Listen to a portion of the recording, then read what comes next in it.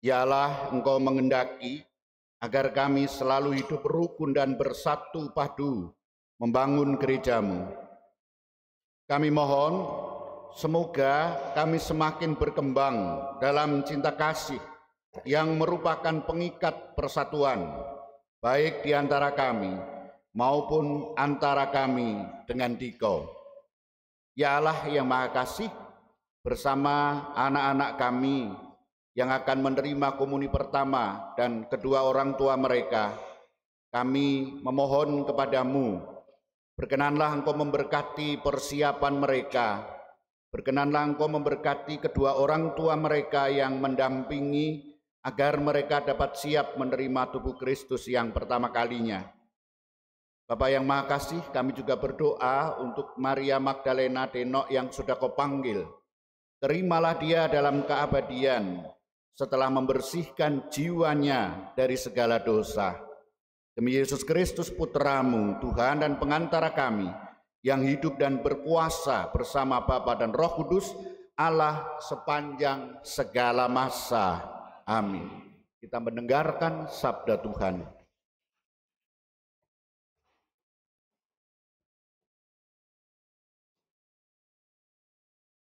Bacaan dari Kisah Para Rasul. Pada waktu itu, berdirilah Petrus di tengah saudara-saudara yang sedang berkumpul, kira-kira 120 orang banyaknya. Ia berkata, "Hai saudara-saudara, haruslah digenapi nas kitab suci yang disampaikan Roh Kudus dengan perantaraan Daud tentang Yudas, pemimpin orang-orang yang menangkap Yesus itu. Dahulu ia termasuk bilangan kami dan mengambil bagian di dalam pelayanan ini. Sebab ada tertulis dalam kitab Mazmur, biarlah jabatannya diambil orang lain. Jadi harus ditambahkan kepada kami satu orang yang dipilih dari mereka yang senantiasa datang berkumpul dengan kami selama Tuhan Yesus bersama-sama dengan kami, yaitu mulai dari baptisan Yohanes sampai hari Yesus terangkat ke surga meninggalkan kami. Bersama kami, ia harus menjadi saksi tentang kebangkitan Yesus." Lalu mereka mengusulkan 2 orang, Yusuf yang disebut Barsabas, dan juga bernama Justus, dan Matias. Mereka semua lalu berdoa, "Ya Tuhan, Engkaulah yang mengenal hati semua orang. Tunjukkanlah kiranya siapa yang Engkau pilih dari kedua orang ini untuk menerima jabatan pelayanan, yaitu kerasulan yang ditinggalkan Yudas, yang telah jatuh ke tempat yang wajar baginya." Lalu mereka membuang undi bagi kedua orang itu, dan yang kena undi adalah Matias. Dengan demikian, Matias ditambahkan kepada bilangan ke-11 rasul. Demikianlah sabda Tuhan. Syukur kepada Allah.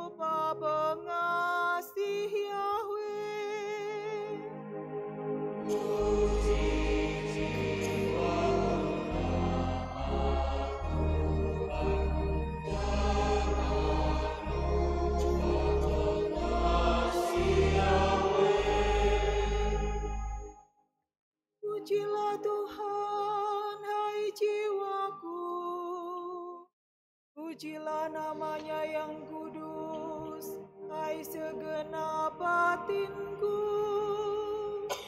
Pujilah Tuhan, hai jiwaku.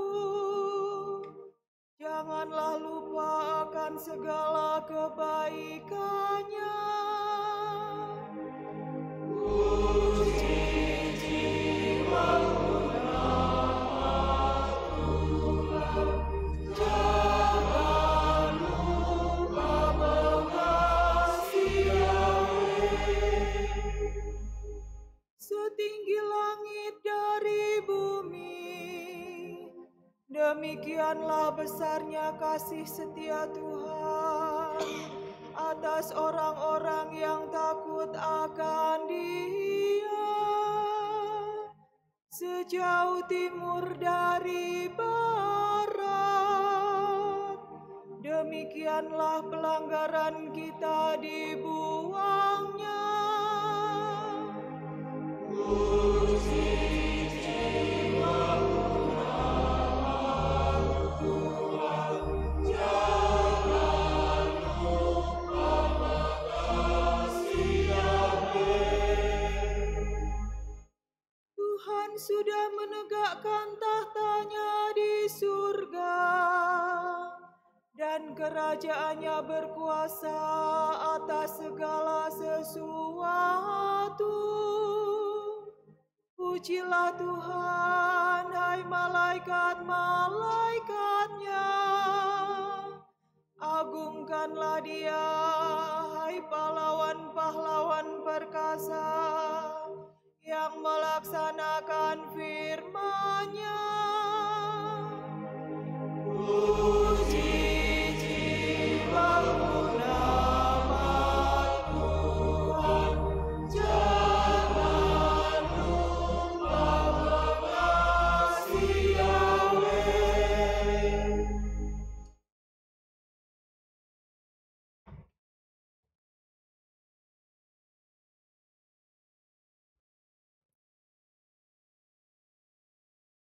Bacaan dari surat pertama Rasul Yohanes. Saudara-saudaraku yang terkasih, Allah begitu mengasihi kita, maka haruslah kita juga saling mengasihi. Tidak ada seorang pun yang pernah melihat Allah, tetapi jika kita saling mengasihi, Allah tetap di dalam kita, dan kasih-Nya sempurna di dalam kita.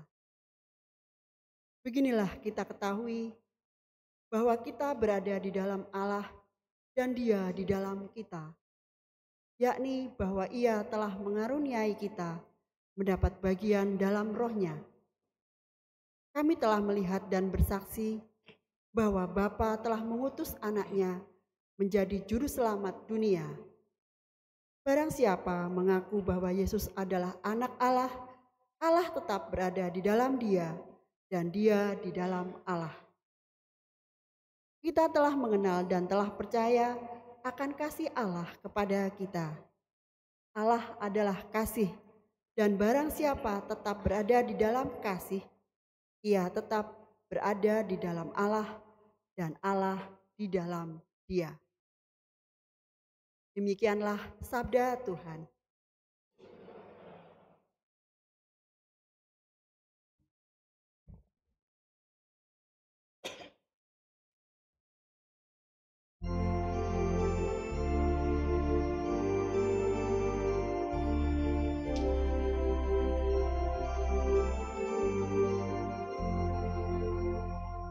Haleluya, haleluya, haleluya. Haleluya, haleluya, haleluya. Aku tidak akan meninggalkan kamu sebagai yatim piatu. Aku datang kembali kepadamu, maka bersukalah hatimu. Haleluya, haleluya,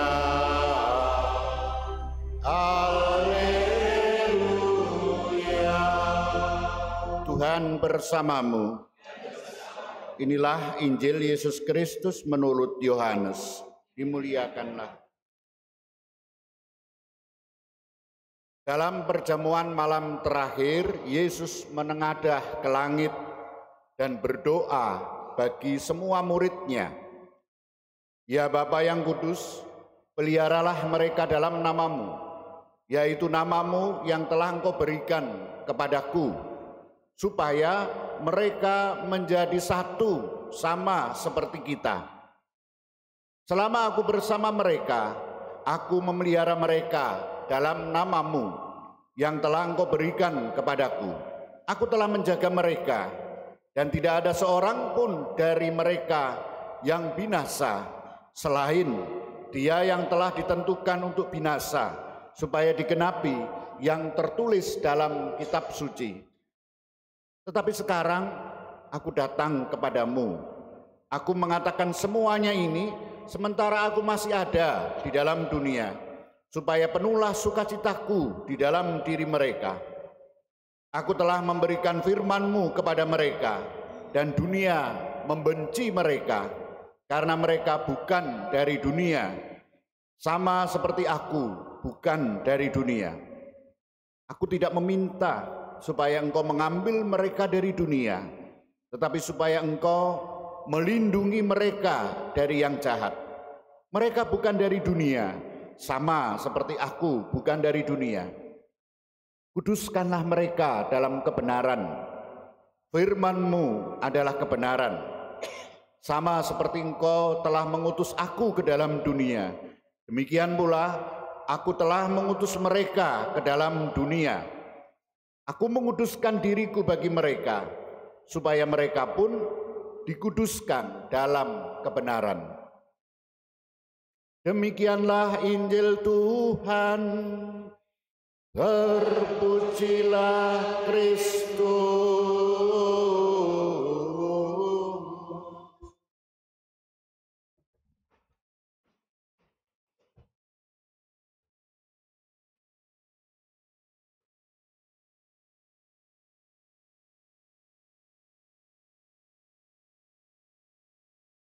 Hari ini kita mendengarkan warta Injil tentang Tuhan Yesus yang berdoa bagi para murid-Nya.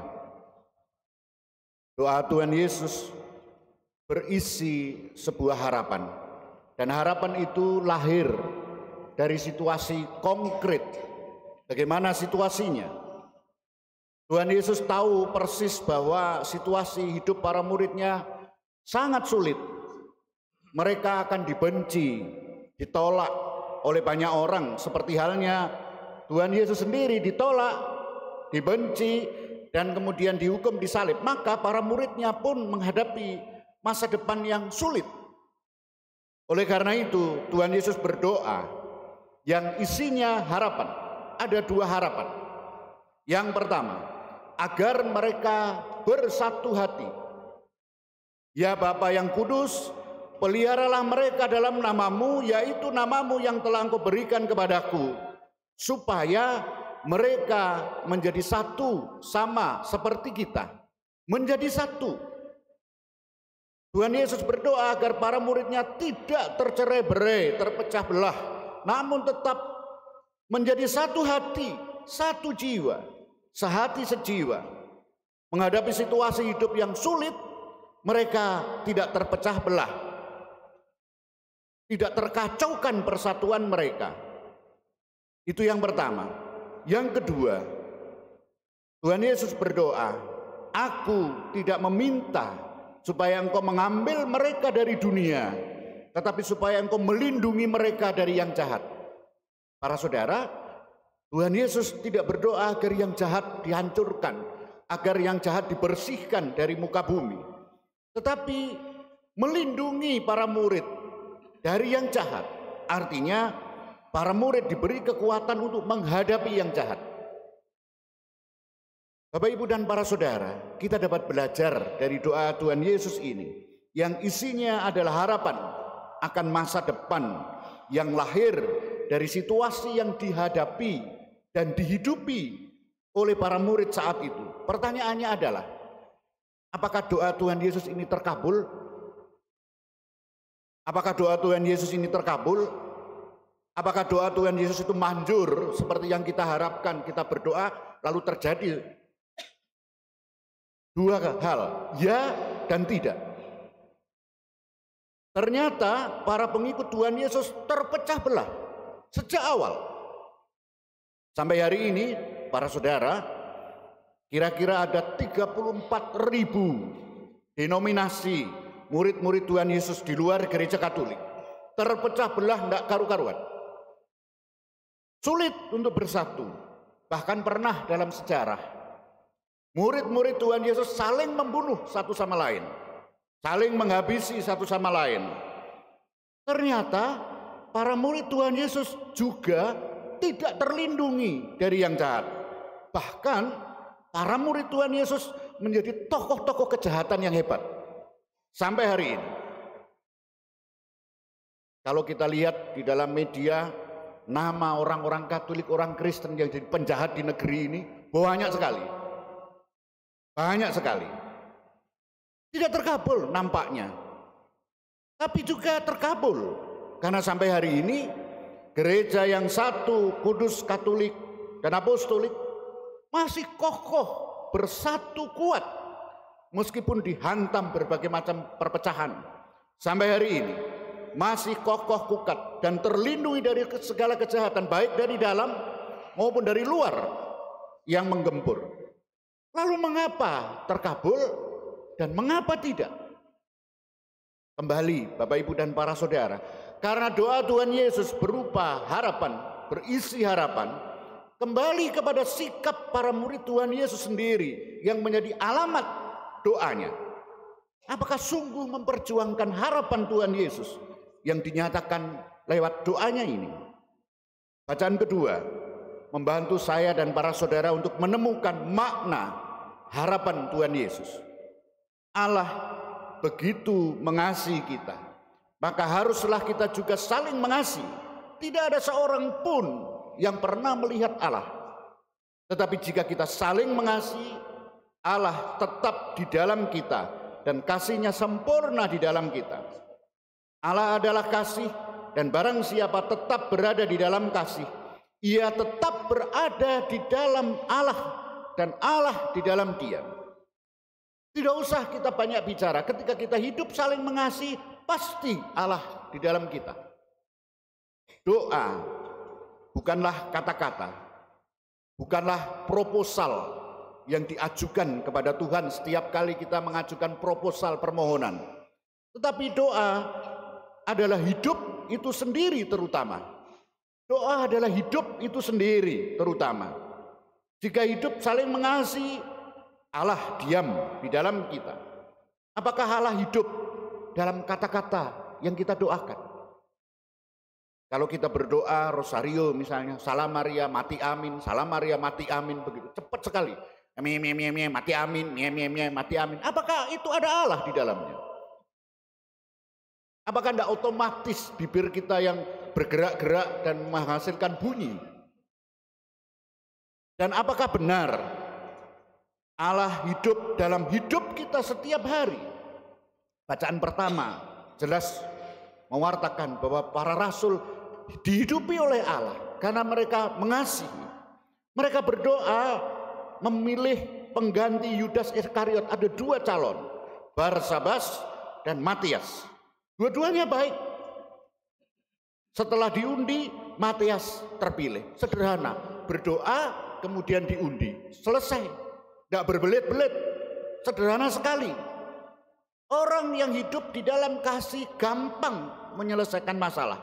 Namun jika saling memendam ketidaksukaan, iri hati, dendam, sombong, harga diri, kalah menang, soal sederhana menjadi sangat rumit. Milih ketua lingkungan aja rumitnya setengah mati. Padahal ini memilih rasul itu sederhana. Diundi, selesai. Coba kita kembali kepada diri kita masing-masing, Bapak Ibu dan para saudara. Minggu ini ditetapkan oleh gereja sebagai Minggu Komunikasi Sosial Sedunia yang ke-58. Dalam pesannya, Paus kita, Paus Fransiskus memberikan pesan dengan judul kecerdasan artifisial dan kebijaksanaan hati menuju komunikasi yang sungguh manusiawi.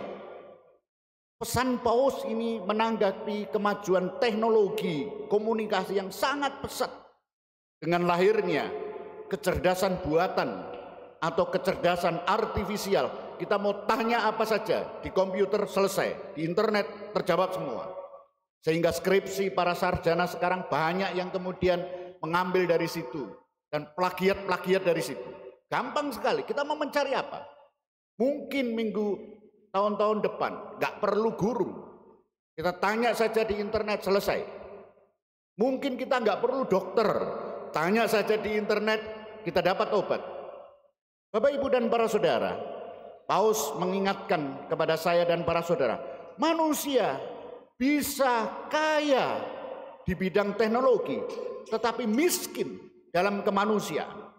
Manusia bisa kaya di bidang teknologi, tetapi miskin dalam kemanusiaan. Miskin mengasihi, miskin hati, miskin dalam kemanusiaan karena manusia kehilangan kasih. Maka komunikasi yang sungguh manusiawi jika bersumber dari kasih, jika kita saling mengasihi, Allah tetap di dalam kita. Barang siapa tetap berada di dalam kasih, ia tetap berada di dalam Allah dan Allah di dalam dia. Maka mohon terang Roh Kudus Bapak, Ibu, dan para saudara, agar saya dan para saudara dapat mewujudkan harapan Tuhan Yesus dalam doanya. Semoga mereka semua menjadi satu. Oleh karena itu, semoga saya dan para saudara semakin menyadari bahwa doa itu bukan sebatas kata-kata, tetapi hidup yang mengalirkan dan mengkomunikasikan kasih. Tanpa kasih, manusia kehilangan kemanusiaannya. Tanpa kasih, kita kehilangan harapan. Tanpa kasih, kita kehilangan Allah. Berkat Allah senantiasa menyertai kita semua. Amin. Kita hening sebentar, kita kembali kepada diri kita masing-masing. Bagaimana selama ini Allah hidup di dalam diri kita, di dalam keluarga kita. Relasi kita sebagai orang tua dan anak-anak, suami dan istri, anak dan orang tua, saudara dan saudari.